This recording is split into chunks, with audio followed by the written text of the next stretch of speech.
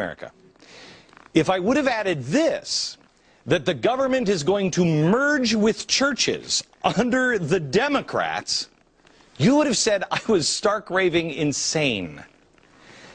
But that's what's happening. And that is exactly why I told you this just a couple of months ago. Do you remember when I got into heat for this? I beg you, look for the words social justice or economic justice on your church website. If you find it, run as fast as you can. Social justice and economic justice, they are code words. Okay. Because we were right yet again. Your church is being attacked through a faith-based initiative headed up by Barack Obama's administration.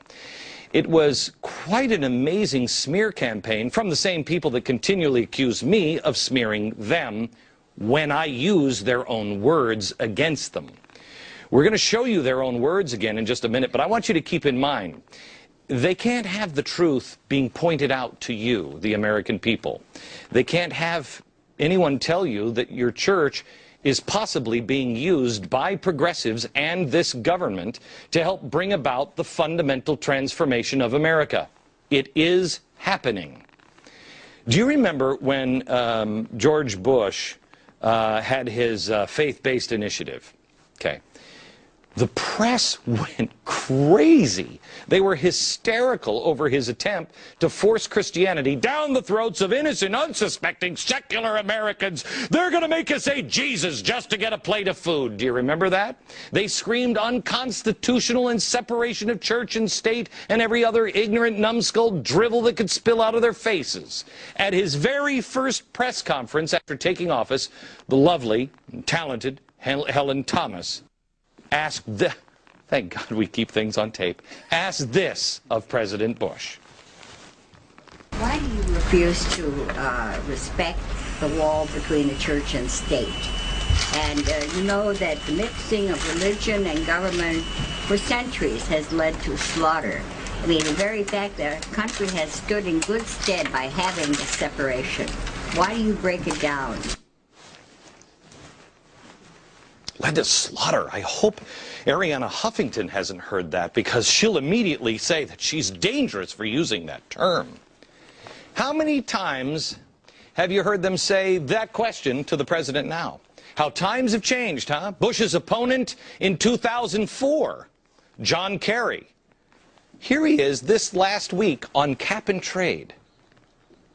I think this could pass. And the reason it can pass is that we have the broadest base of support. As I said, we have faith-based community support for this bill. They've got the churches on board. Since when does John Kerry get excited over churches getting involved in politics? Well, now I suppose that President Obama is using the faith-based office to promote the gospel of Gaia on the United States. And there's nary a raised numbskull voice, nowhere to, listen, nothing. Obama's Advisory Council on Faith-Based and Neighborhood Partnerships. Ooh, we could get the progressive churches and Acorn all together in one fell swoop, wouldn't that be? They recently issued its report of recommendations. The Obama administration is about to take faith-based initiatives to a whole new level.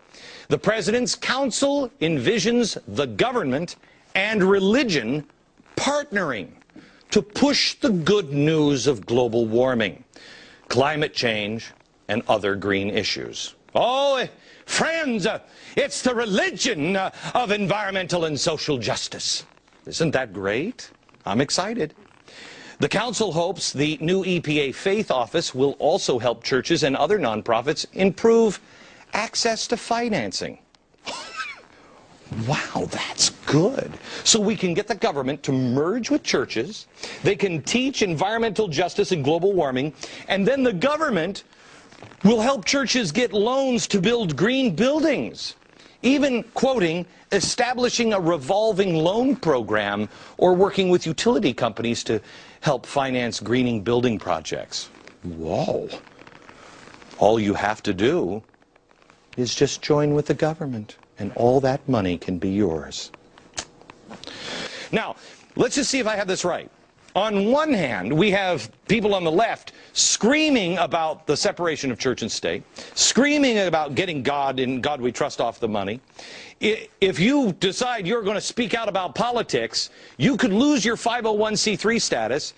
You're not going to be a tax exempt anymore. No, we got that.